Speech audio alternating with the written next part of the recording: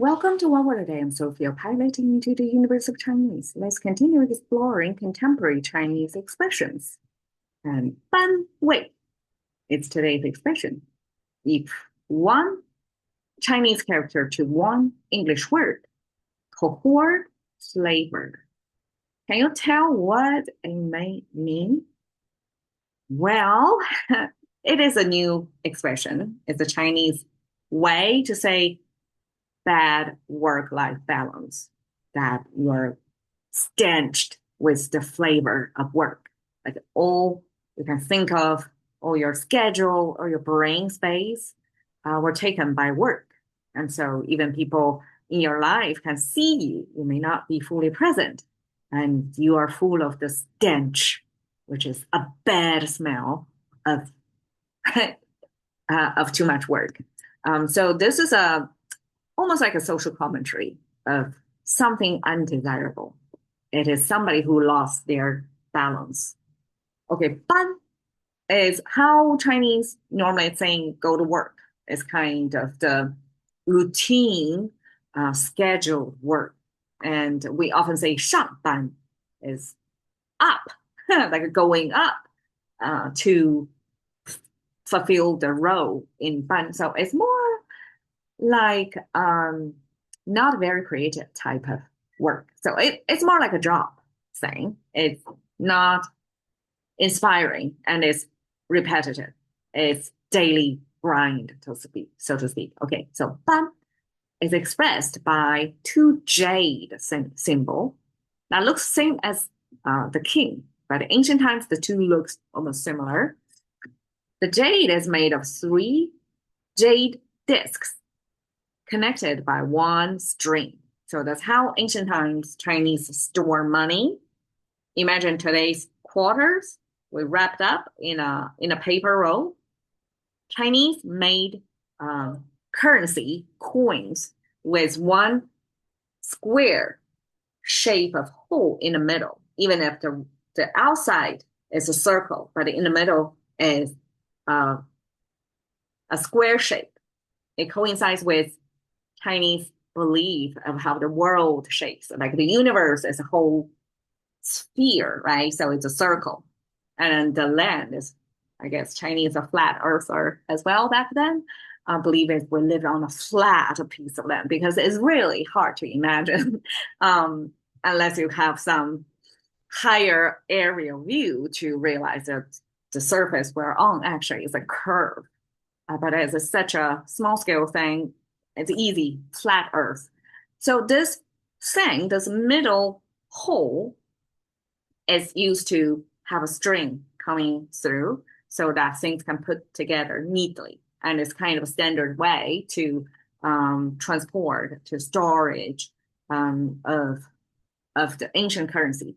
And I think jade as ancient times, not only as like adornment, you can see many Chinese people wear jade bracelet, jade earrings, but also jade ancient times probably is used as a currency as well. So have the same storage style. And when we see this jade disc connected to by the string, and I guess that's probably currency format of jade.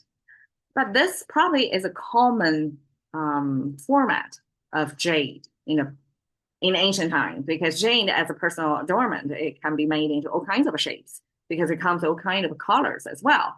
So it's hard to use one to represent a whole variety, right?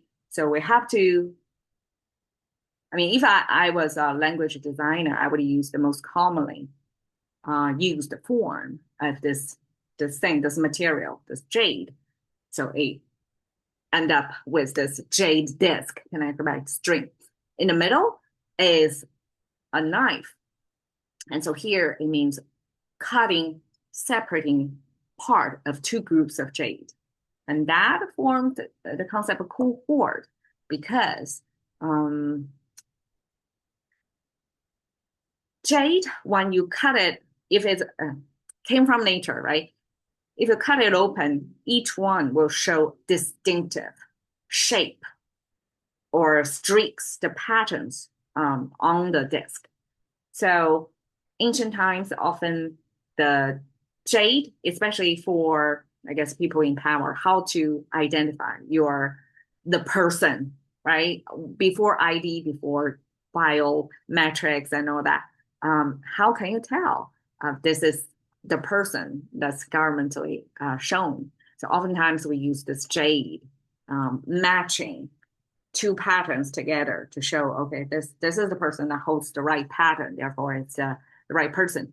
And that group of people holding that jade pattern would be regarded as cohort. We also use a class, J to mean class, a whole group of people. So class, it means cohort, right? You go through the same process at the same time. And so in that sense, ban as a job, like everybody go to the same place at the same time and even serve different functions, but it's cohort in that sense. So Chinese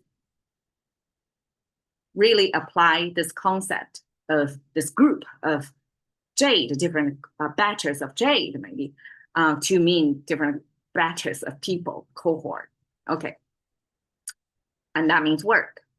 Wei comes from the mouse symbol, and the mouse symbol came from the pot. So it's a cookware with two handles. So here is a profile view of a pot. And eventually the pot is associated with the diner. So then eventually it's associated with mouse.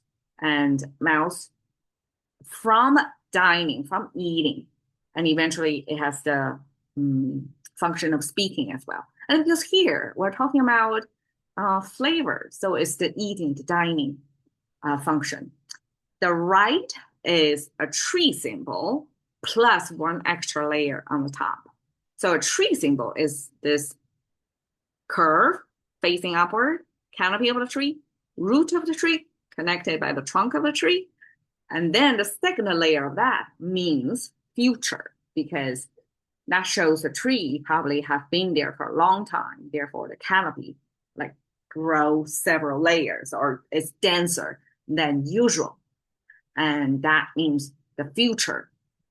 We use the lifespan, the extra long lifespan relative to humans of tree lifespan to show the time sense in relative to human life. So that extra grown, heavier canopy compared to norm, the tree norm, would be the future of the tree. So this becomes future. Second reading of that, of why it made the sense of flavor is this way also have the subtlety or fine, the concept of fine in it. So it's like the mouse can taste delicate. So small traces of taste in it. So that's what taste is about, right? It's not strong flavor, but you're able to discern different flavors. And this subtlety, this taste, on the one hand, the other hand is the future. I'm guessing the future is rooted in the present. And in the present, you probably can find subtle leading factors that you can see how things are going to evolve into the future form. So this future, almost you can view it as there are traces of elements of the future you can find out now. And this temporal sense applied to the taste and this subtle flavor traced in your mouth, that becomes this flavor. So Chinese use flavor, the taste of it, to imply that this is it's like English aura. I guess that's a Gen Z's vocabulary. So or vibe, somebody carry a certain unspoken